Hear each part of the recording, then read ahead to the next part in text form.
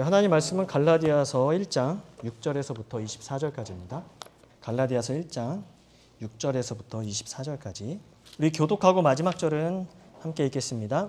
그리스도의 은혜로 너희를 부르신 이를 이같이 속기 떠나 다른 복음을 따르는 것을 내가 이상하게 여기노라.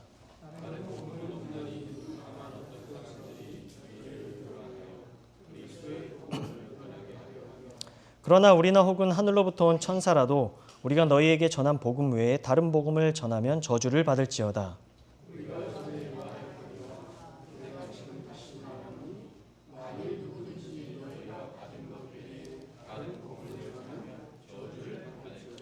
이제 내가 사람들에게 좋게 하랴 하나님께 좋게 하랴 사람들에게 기쁨을 구하랴 내가 지금까지 사람들의 기쁨을 구하였다면 그리스도의 종이 아니니라.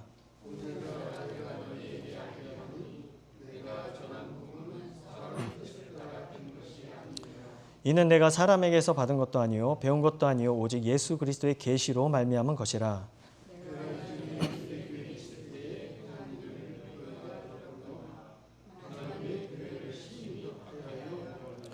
내가 내 동족 중 여러 영갑자보다 유대교를 지나치게 믿어 내 조상의 전통에 대하여 더욱 열심히 썼으나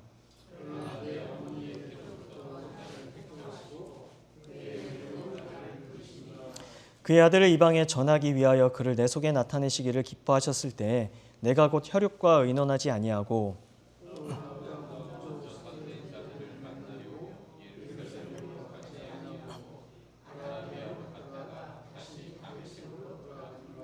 그 후 3년 만에 내가 게바를 방문하려고 예루살렘에 올라가서 그와 함께 15일을 머무는 동안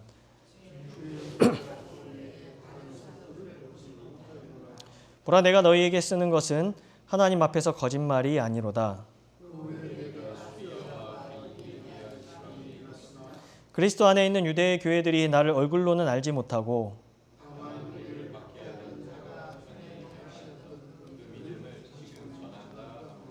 다 함께 나로 말미암아 하나님께 영광을 돌리니라.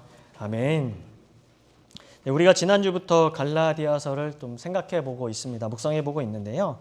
그 갈라디아서의 큰 그림을 먼저 우리가 생각해 보아야 한다고 말씀을 드렸고 그 큰 그림이 바로 그냥 뭐 율법을 지켜서 구원을 얻으려는 거냐 뭐 믿음으로 의롭다함을 얻으냐 그런 얘기가 아니라 뭐라고 말씀드렸냐면 하나님께서 새로운 하나님의 백성을 어떻게 만드셨는가 그리고 그 하나님 새로운 백성들은 또 어떻게 살아가야 하는가라고 말씀을 그렇게 드렸습니다. 한마디로 이제 교회론적인 관점에서 이 사도 바울이 갈라디아서를 썼다라고 생각하시면 됩니다. 구원론의 관점이 아니라 어떤 관점이죠? 교회에 대한 그런 이야기를 하고 싶어서 요 갈라디아서를 썼다라고 보시면 됩니다. 차근차근 이제 말씀을 드릴 텐데 그런 큰 그림 안에서 이런 내용들 우리가 읽는 내용들을 생각해 보아야 한다는 것이죠.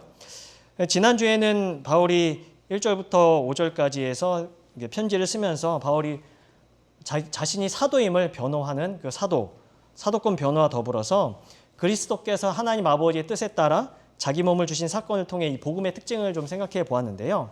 오늘 본문에서는 이제 아주 중요한 그런 이슈들을 바울이 이제 다루고 있는데 오늘 본문에서는 갈라디아 교인들이 처음에 바울을 만났을 때 바울이 전한 복음이 있었는데요. 그것을 잘 따라갔지만 시간이 지나고 다른 복음을 전하는 사람들이 와서 가르치니까 어떻게 되었다라고 이야기 아니면 그걸 따라가고 있는 모습을 듣게 된 거죠. 그래서 이 모습에 대해서 바울이 이제 그게 얼마나 잘못된 것인지에 대해서 이야기를 하는 그런 본문으로 시작을 하고 있는데요. 우리 6절을 함께 읽어보겠습니다. 6절 다 함께 읽겠습니다. 시작. 그리스도의 은혜로 너희를 부르신 이를 이같이 속기 떠나 다른 복음을 따르는 것을 내가 이상하게 여기노라. 이렇게 얘기합니다. 이상하게 여기노라. 정말 바울이 납득이 될 수도 없고 너무나 이상하게 여기노라. 그렇게 이야기를 하는데요. 이게 바울은 6절에서 사실 상당히 격한 어조로 이 이야기를 하고 있는 겁니다. 그냥 딱 봤을 때 이상하네 이 정도가 아니라요. 이 이상하게 여기노라 이 뜻은 너희가 어떻게 그럴 수 있느냐라는 그런 뉘앙스가 담긴 그런 단어입니다. 너희가 정말 그래서는 안 되는데 왜 그렇게 하고 있느냐, 왜 다른 복음 따라가고 있느냐 이렇게 격앙된 어조로 이게 바울이 이야기하고 있다라는 것이죠. 그래서 그런 책망의 뜻이 담긴 언어라고 보시면 됩니다. 분명히 바울이 처음에 복음을 전했을 때 그걸 잘 따라가고 있었는데 그러면 안 되는데 그러고 있는 모습을 보면서 이제 책망을 하는 거죠. 여기서 있는 우리 목사들은 성도들이 잘못된 길을 걸어가고 있을 때 어떻게 됩니까? 살살 달래면서 하는 게 아니라 하나님의 말씀을 대언하는 자들이기 때문에 잘못된 것은 잘못됐다라고 책망하면서 사실 이게 설교가 진행이 돼야 되거든요. 그러니까 말씀이 강론이 돼야 되는데 바울의 그런 마음이 그랬다라는 것이죠. 여러분, 왜 사도 바울이 이렇게 격한 어조로 갈라디아 교인들을 책망하면서 이상하게 여기노라 그렇게 이야기하냐면요. 성도들이 이 그리스도의 은혜에서 속히 떠나고 있기 때문에, 그 은혜의 자리에서 떠나고 있기 때문에 그렇게 바울이 격한 어조로 갈라디아 교인들을 책망하고 있다라는 거죠. 그 바울이 갈라디아 교회에 이제 갈라디아에 도착을 해서 선교 여행을 다니면서 복음을 전했는데, 그들에게 처음 복음을 전했을 때는 그들이 정말 기뻐하고 감격하면서 그 복음을 받아들였습니다. 그래서 4장 14절을 보시면 이 사람들이 바울을 어떻게 받아들였냐면 4장 14절을 보시면 너희를 시험하는 것이 내 육체에 있으되 이것을 너희가 업신여기지도 아니하며 버리지도 아니하고 오직 나를 하나님의 천사와 같이 또는 그리스도 예수와 같이 영접하였도다. 그렇게 얘기합니다. 그러니까 주님을 믿잖아요. 그 주님을 존귀하게 여기고 소중하게 대했던 것처럼 자기도 그렇게 대했다는 건 무슨 얘기죠? 사도 바울이 전한 복음도 그렇게 받아들였다라는 것이죠. 그런데 이 은혜로운 복음을 떠나서 사실은 제가 더 말씀드리겠지만 따를 필요가 없는 다른 복음을 따르고 있으니까, 이 소식을 들으니까 너무 마음이 아프기도 하고 한편으로는 너무 화가 나기도 하기 때문에 바울이 이렇게 얘기하는 거죠. 근데 갈라디아 교인들이 사실 다른 복음을 따르는 것도 큰 문제인데요. 더 큰 문제는 누가 더 큰 문제죠? 그런 다른 복음을 가르치는 사람이 더 큰 문제예요. 여러분, 목사들이 하나님의 말씀을 제대로 안 가르치게 되면 그걸 하나님의 말씀으로 듣고 따라간다고 하는 성도들은 어떻게 되는 거예요? 잘못된 길로 막 가잖아요. 예수님이 그러셨잖아요. 바리새인들이 너희는 소경이라 그러잖아요. 소경이 길을 인도하면 다 어떻게 되는 거? 다 멸망하는 거 아닙니까? 구덩이에 다 빠지게 되는 건데, 더 큰 문제는 누구에게 있다라고 얘기하냐면 그걸 가르치는 자들. 그 가르치는 자들이 여전히 갈라디아 교회에서 영향력을 행사하고 있는 거예요. 그걸 가르치는데 갈라디아 교인들이 그렇구나 하고 막 따라가니까 이게 가르치는 사람들을 더 큰 문제라고 여기고 있는데, 그래서 바울이 무슨 이야기를 하냐면 다른 복음을 전하는 자들은 반드시 저주를 받을 것이라고 그렇게 단호하게 이야기를 하는 거죠. 그래서 8절, 9절을 보시면 그러나 우리나 혹은 하늘로부터 온 천사라도 우리가 너희에게 전한 복음 외에 다른 복음을 전하면 저주를 받을지어다. 우리가 전에 말하였거니와 내가 지금 다시 말하노니 만일 누구든지 너희가 받은 것 외에 다른 복음을 전하면 저주를 받을지어다. 바울이 저주라는 단어를 이렇게 사용합니다. 근데 이 단어를 딱 보면은 어떤 생각이 드세요? 바울이 상당히 이게 왜 이러지? 원래 바울이 고린도전서 썼잖아요. 사랑에 대해서도 쓰고 막 이랬는데 이게 왜 이러지? 이게 용납하는 사람인데 왜 이런 저주라는 단어를 썼을까라고 이야기를 되게 의아해할 수 있는데, 여러분, 이게 이 저주라는 단어 자체가 헬라어로 아나테마인데요. 이게 어떤 그 경우에 사용이 됐냐면 일종의 그 공적인 위생 경고문에 사용이 되었던 그런 단어입니다. 그 당시 유대 사회 안에서. 그러니까 여러분 이렇게 생각하시면 되세요. 코로나가 한참 유행일 때 어떻게 하라 그랬죠? 반드시 마스크를 쓰고 손을 씻으십시오라고 이야기하잖아요. 왜냐하면 코로나가 처음에 발병했을 때 이 치사율이 굉장히 높았거든요. 그러니까 이게 걸리면 어떻게 되는 거예요? 죽을 수도 있기 때문에 어떻게 하라는 거죠? 마스크를 착용하고 손을 씻어라. 그렇게 하지 않으면 어떻게 될 수 있는 거죠? 코로나에 걸려서 죽을 수도 있으니까 그렇게 하라고 이게 권면하고 경고문을 붙이잖아요. 근데 그걸 무시했다가 걸려서 죽은 분들도 있지만 어쨌든 어찌되었든 그런 경고문이라고 그렇게 생각하시면 됩니다. 그래서 여러분 이게 약간은 좀 너무 뭐라 그러죠? 사도 바울이 격하게 얘기하는 어떤 과장된 면도 있긴 하지만 이게 너무나 중요하기 때문에 사실 이런 얘기를 하는 건데, 고린도전서 16장 22절에서도 여러분 바울이 저주라는 단어를 사용합니다. 읽다 보시면 깜짝 놀래요. 나는 혹시 저주받는 거 아닌가? 뭐라고 적혀져 있냐면 고린도전서 16장 22절에도 뭐라고 이야기하냐면 고린도전서를 끝내면서 이런 이야기를 합니다. 만일 누구든지 주를 사랑하지 아니하면 저주를 받을지어다. 이게 우리가 믿으면서 주님을 사랑하지 않을 수도 있거든요. 저주를 받을지어다. 너무 이게 격하게 해석을 하면은 우리가 하나님께 저주받는 그런 사람인가라고 그렇게 여길 수 있는데 어쨌든 일종의 경고문인 거죠. 그러니까 바울은 다른 복음을 전하는 자들이 자신들은 복음을 전한다고 그렇게 이야기하는 거예요. 이게 하나님의 뜻이다라고 이야기를 하는 거죠. 그렇게 전하고 있지만 그들의 가르침 자체가 오히려 하나님의 무서운 심판 아래 하나님의 뜻에 반하는 그런 내용들을 전하고 있기 때문에 그런 심판 아래 놓여 있음을 경고하기 위해서 이 단어를 사용했다. 그렇게 해석을 하시면 좋습니다. 그래서 다른 복음이 이 복음의 진리에서 벗어나 있기 때문에 그것을 전하고 가르치면 안 된다는 것을 확실하게 경고하고 또 강조하기 위해서 이렇게 저주라는 단어를 썼다라는 것이죠. 이게 얼마나 이게 큰 문제인지에 대해서 이런 단어를 사용함으로써 바울은 경각심을 불러일으키고 있습니다. 자, 그러면 이제 가장 큰 문제의 핵심은 뭐죠? 다른 복음이잖아요. 지금 이걸 따라가면 안 되는데 따라가고 있잖아요. 이 다른 복음이 뭐냐라는 걸 밝힐 그런 시간이 왔습니다. 이걸 생각해 보아야 하는데요. 이 작업을 위해서는 먼저 한 가지 좀 생각해 봐야 될 게 우선 바울은요, 갈라디아 교인들을 향해서 그리스도의 은혜로 너희를 부르신 이를 속기 떠나 다른 복음을 따르고 있다라고 이렇게 이야기를 합니다. 보시면 6절을 보시면 그리스도의 은혜로 너희를 부르신 이를 이같이 속기 떠나 다른 복음을 따르는 것을 내가 이상하게 여기노라. 이들이 다른 복음을 따르고 있었다라고 그렇게 얘기해요. 예. 그렇지만 이 바울은요, 다른 복음을 따르고 있다고는 했지만 이들이 그리스도를 아예 떠나서 배교했다라고 그렇게 이야기하지는 않습니다. 무슨 얘기인지 이해되시죠? 이게 믿는 교인들 향해서 편지 쓴 거거든요. 네.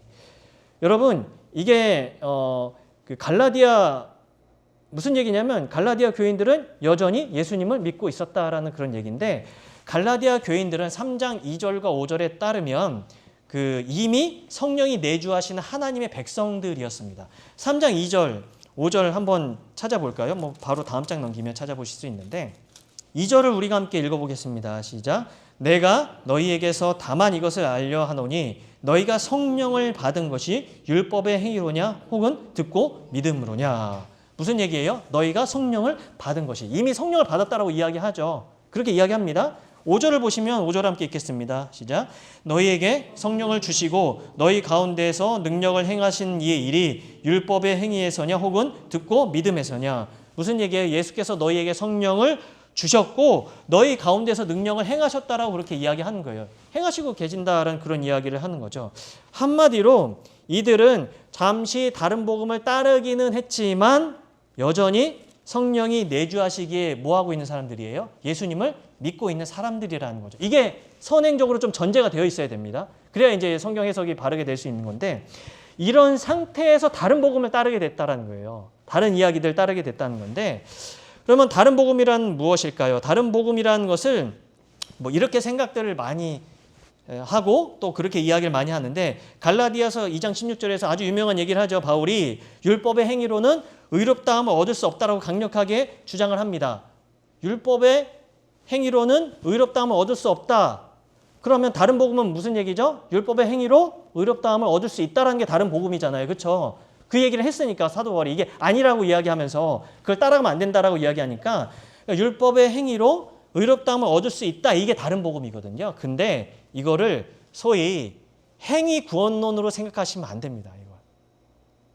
율법을 지킴으로써 구원을 얻으려고 했다. 이게 의롭다함을 얻었다. 그 칭의가 구원과 연결시켜서 그렇게 하는데 그렇게 생각하시면 안 된다라는 거예요. 보통 율법의 행위로 의롭다함을 얻는다고 생각하면 율법을 지켜서 구원을 얻으려 했다라고 이렇게 해석하는데요. 그렇게 생각하면 안 된다는 게 제가 말씀드리고자 하는 바입니다. 왜냐하면 만약에 율법을 지킴으로써 의롭다함을 얻으려고 한다는 것을 소위 행위 구원론의 관점에서 이걸 해석하게 되면 여러분 갈라디아 교인들은 뭘 따라갔습니까? 다른 복음을 따라갔잖아요. 그럼 이 사람들이 어떤 사람들이 된 거예요? 예수를 믿고 있었는데 율법을 지킴으로 구원을 얻으려고 한 사람들이 된 거예요. 이게 말이 안 된다는 거죠.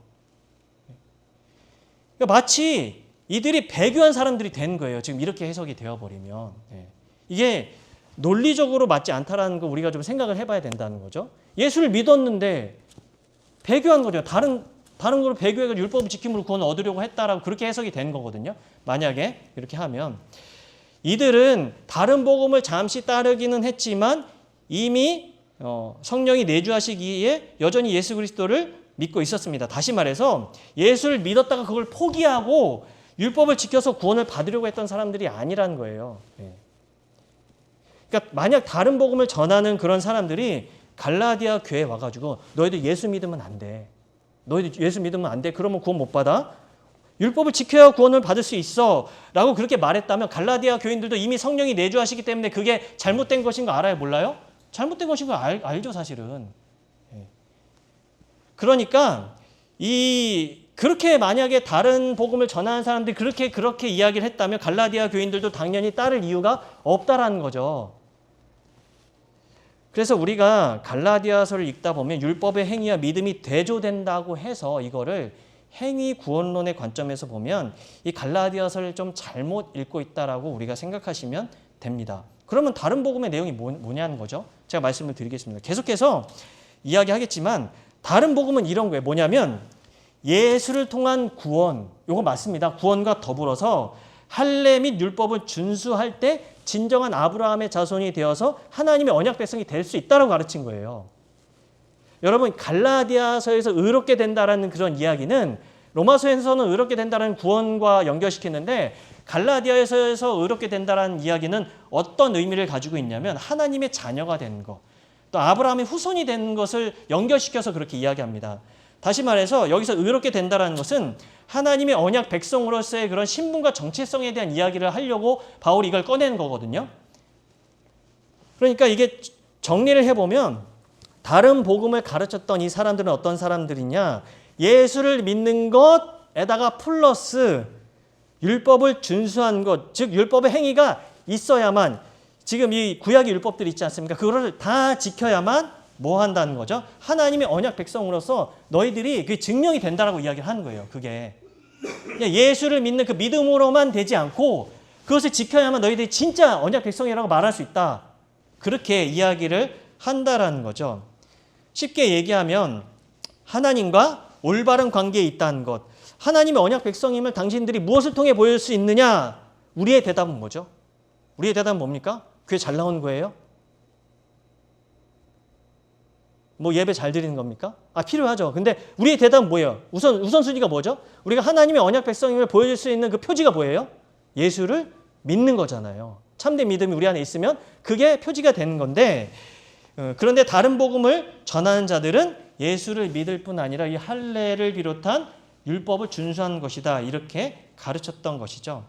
그러니까 다른 복음을 주장하는 사람들은요, 이 구원의 수단으로서 율법 준수를 요구한 것은 아닙니다. 그건 아니지만 하나님의 백성이 되었다면 이 구약 성경이 여전히 있잖아요. 있으니까 이 이방인이라 할지라도, 너희들이 율법을 모르는 이방인이라 할지라도 그 구약의 율법을 반드시 준수해야 니네들은 진정으로 하나님의 언약 백성이다라고 그렇게 가르쳤던 것이죠.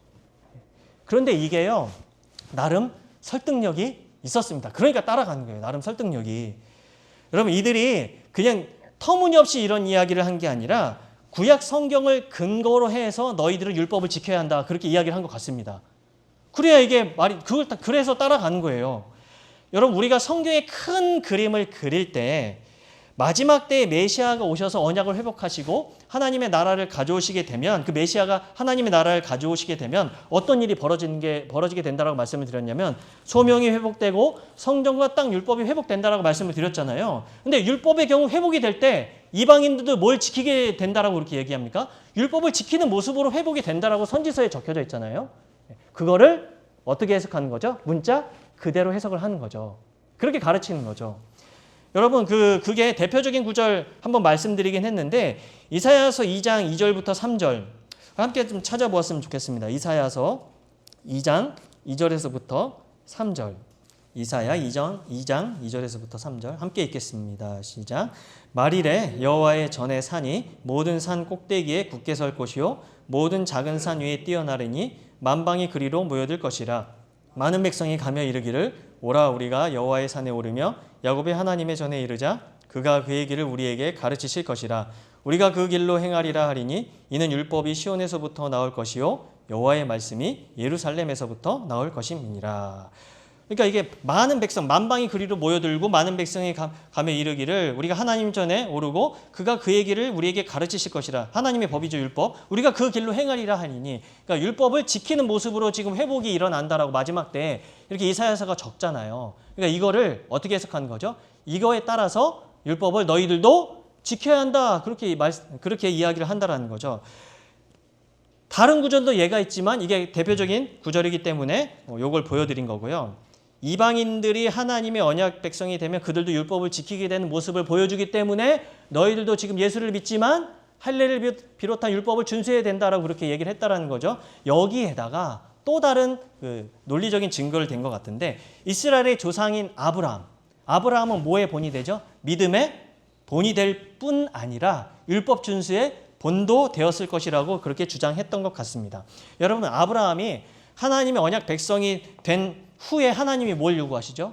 할례를 행하라고 그렇게 요구하시잖아요. 그리고 언약 백성의 표지인 할례를 행하라고 요구하실 뿐만 아니라 창세기 18장 18절부터 19절을 보면은 하나님이 이렇게 말씀하시죠. 아브라함은 강대한 나라가 되고 천하 만민은 그로 말미암아 복을 받게 될 것이 아니냐. 내가 그로 그 자식과 권속에게 명하여 여호와의 도를 지켜 의와 공도를 행하게 하려고 그를 택하였나니 이는 나 여호와가 아브라함에게 대하여 말한 일을 이루려 함이니라. 그러니까 아브라함을 택하신 목적이 무엇이라고 이야기하냐면 여호와의 도를 지키게 하기 위함이라. 즉 뭐예요? 아브라함 택하신 이유가 뭐예요? 믿음의 본이 될 뿐 아니라 율법을 준수하게 하기 위함이라 말하고 있다라는 거죠.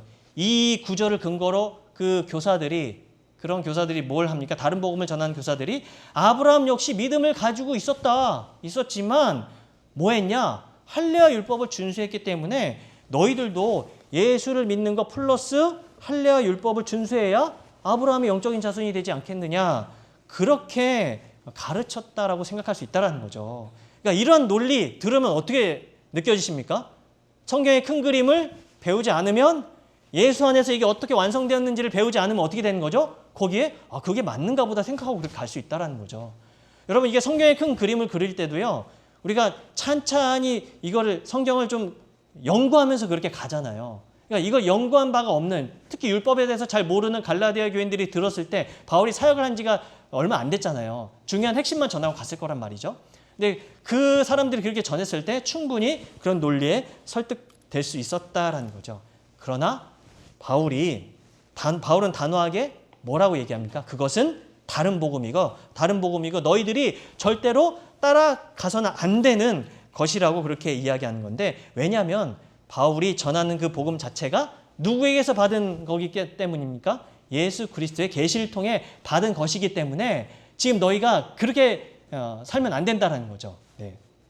여러분 12절 함께 보실까요? 갈라디아서 함께 읽겠습니다. 시작. 이는 내가 사람에게서 받은 것도 아니요 배운 것도 아니요 오직 예수 그리스도의 계시로 말미암은 것이라.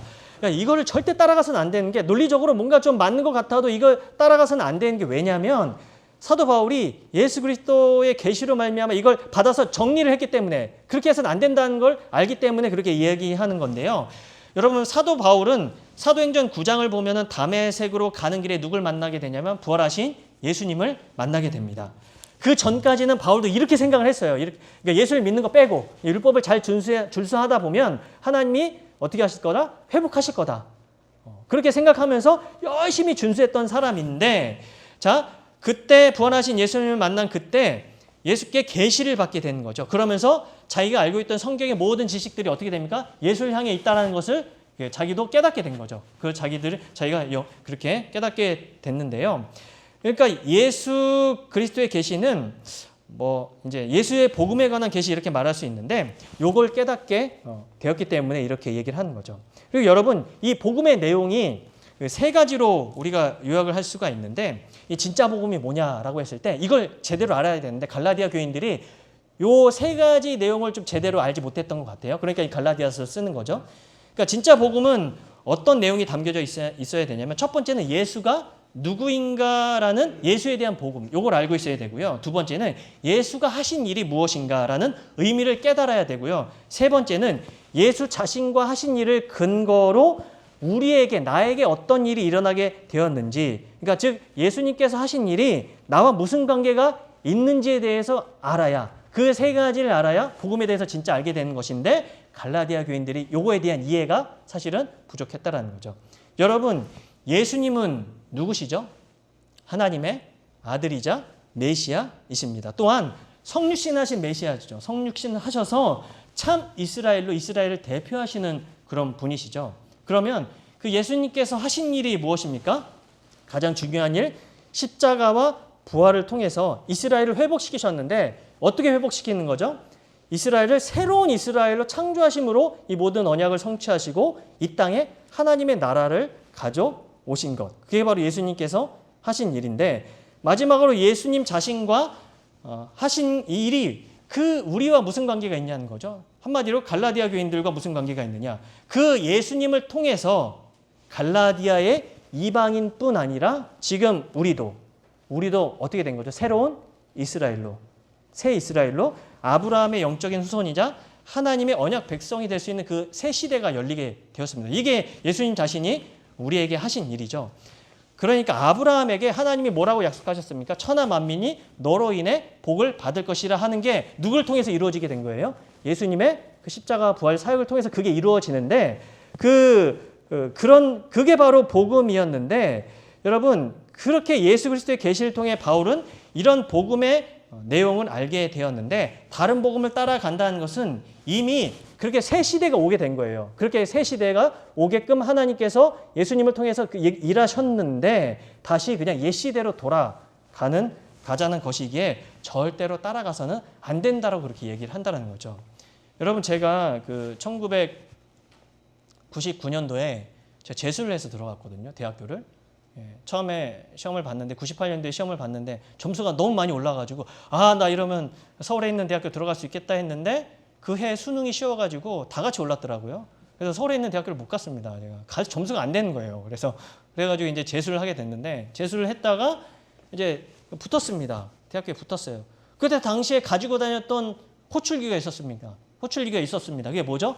삐삐를 들고 다녔어요. 제가 그렇게 삐삐를 들고 99년도 한 2월 달까지는 삐삐를 들고 다니다가 세상에 핸드폰이 좋은 게 나왔더라고요. 핸드폰이 뭐 접는 핸드폰, 또 어떤 애는 막 벽돌만한 이런 핸드폰 갖고 다니더라고요. 막 이렇게 큰 거. 막 사더라고요. 대학생 되니까. 그래서 저도 이제 엄마한테 사달라 그래가지고 그 핸드폰 딱 사가지고 사용하는 순간, 여러분, 삐삐를 이거 사용할까요? 안 할까요? 안 하는 거죠. 뭐하러 사용합니까? 그렇잖아요. 그런 거죠. 무선 호출기 삐삐 시대가 이미 가고 핸드폰 시대가 도래했는데, 여러분, 그 삐삐를 차고 있으면 되겠습니까? 안 되겠습니까? 안 된다라는 거죠, 사실은. 하나님은 예수님을 통해서 이 천하 만민의 복을 얻게 되는 그런 계획을 가지고 이걸 완성을 하셨는데 다시 되돌아가자는 그런 다른 복음을 외치는 자들의 그 가르침을 따라가고 있으니까 이게 바울은 답답한 것이죠.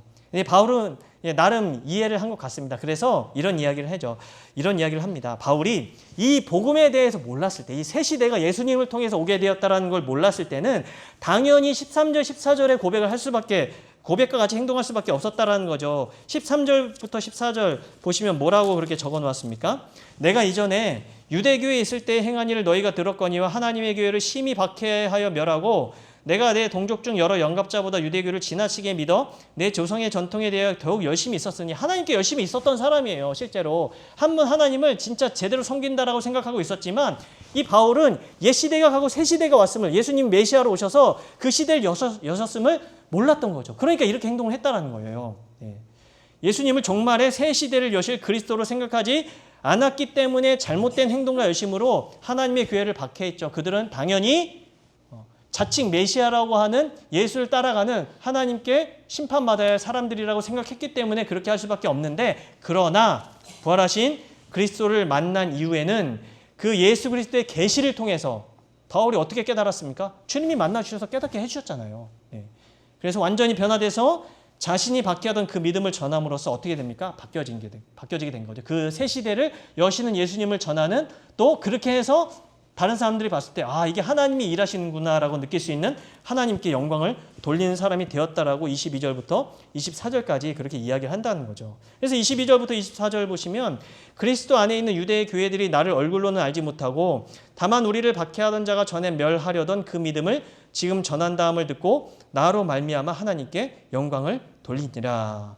뭔 얘기예요? 이게 맞다는 거예요, 사실은. 내가 그 전에 그렇게 행동했지만 너희들이 지금 따라가고 있는 거는 그 옛 시대의 것을 계속 따라가고 있기 때문에 절대 안 된다. 그렇게 이야기를 한다는 거죠. 여러분, 핵심은 어디에 있냐면요. 부활하신 예수 그리스도의 계시를 통해서 새 시대를 여신 하나님의 놀라운 계획을 바울은 깨달았고 그걸 전했기 때문에 너희들도 그것만을 따라가야 된다라고 그렇게 얘기한다는 거죠. 예수 안에서 이루어진 이 하나님의 놀라운 계획을 알게 된 바울은요, 완전히 변화되어서 이제 뭘 위해서 살아가는 사람이 됐습니까? 죽이려던 그런 것들 다 버리고 오히려 변화되어서 자신의 사명을 깨닫고 이방을 위해 예수님의 복음을 전하는 자가 되었다라는 거죠. 여기에 하나님의 영광이 있다라고 그렇게 이야기를 합니다. 여러분, 그러니까 어떤 사람이 하나님께 영광을 돌릴 수 있을까요? 어떤 사람이 하나님께 영광을 돌릴 수 있습니까? 먼저 예수의 복음을 제대로 알고 또 삶의 터전인 교회와 직장과 가정이 사명의 자리임을 깨닫고 그 복음을 살아내는 사람이 하나님께 영광을 돌릴 수 있는 것이고 그게 바로 하나님께 영광이 된다라는 것이죠.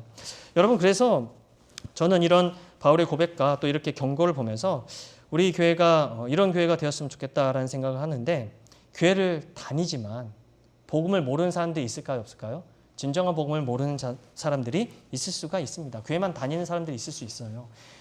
교회를 다니지만 우리 교회 이런 교회가 됐으면 좋겠습니다. 복음을 모르던 사람이 어느 순간 복음이 무엇인지 알고 또 복음을 진심으로 알게 되어서 저 사람을 보니까 하나님이 진짜 일하셨고 하나님이 저 사람을 변화시켜 주셨구나. 그래서 지속적으로 그런 모습들을 보면서 하나님께 영광을 돌리는 교회가 되었으면 좋겠다라는 그런 묵상을 한번 해보게 되었습니다. 뿐만 아니라 그렇게 복음을 깨달은 우리 모두가 또 어떻게 살아야 하나님께 영광이 되겠습니까? 그 복음을 우리의 일상 가운데 살아냄으로써 하나님께 영광을 올려드리는 그런 교회가 되었으면 좋겠다, 그런 생각들을 하게 되었습니다. 예수 그리스도의 그 십자가 부활로 인해서 새 시대가 열렸고 이방인인 우리도 갈라디아 교회 교인들과 마찬가지로 하나님의 자녀요, 하나님의 백성이 되었습니다. 그래서 우리는 율법 문자 그대로 지키진 않죠. 그래서 사망과 죽음밖에 없는 타락한 우리의 인생 가운데 참된 생명과 복을 주시고자 바라기는 우리에게 복음을 주신 그 하나님의 은혜를 묵상하면서 또 말씀을 생각하면서 이번 한 주도 승리하는 우리 모든 성도님들이 되시기를 주님의 이름으로 축원드립니다. 기도하시겠습니다. 하나님, 감사합니다. 바울이 이 갈라디아 교인들, 다른 복음을 따르고 있는 이 교인들 향해서 그것을 따를 필요 없다라고 이렇게 얘기하는 그 대목들을 우리가 생각해 보았습니다. 하나님께서 예수 그리스도를 이 땅에 보내심으로 새 시대를 여셨는데 예수 그리스도를 믿음으로 모든 이방인들이 또 유대인뿐만 아니라 이방인들이 하나님의 언약 백성으로 될 수 있는 그 길을 여셨는데 우리의 이 귀한 은혜들을 다시 한번 기억하며 또 복음이 무엇인지 우리가 묵상하며 살아갈 수 있도록 도와주시기를 간절히 소망합니다. 주님이 나를 사랑하셔서 나를 구원하시고 이 귀한 자리에 불러주셨음을, 또한 사망의 자리로 불러주셨음을 기억하면서 하나님께 영광을 올려드릴 수 있는 우리 모두가 다 되게 하여 주시옵소서. 일주일 동안 살아갈 때 하나님께서 나의 삶의 자리에서 무엇을 원하시는지 다시 한번 깊이 묵상하며 살아갈 수 있도록 도와주시고 믿음으로 승리할 수 있도록 우리를 붙잡아 주시옵소서. 감사드리며 우리를 구원하신 우리 주 예수 그리스도의 이름으로 간절히 기도드립니다.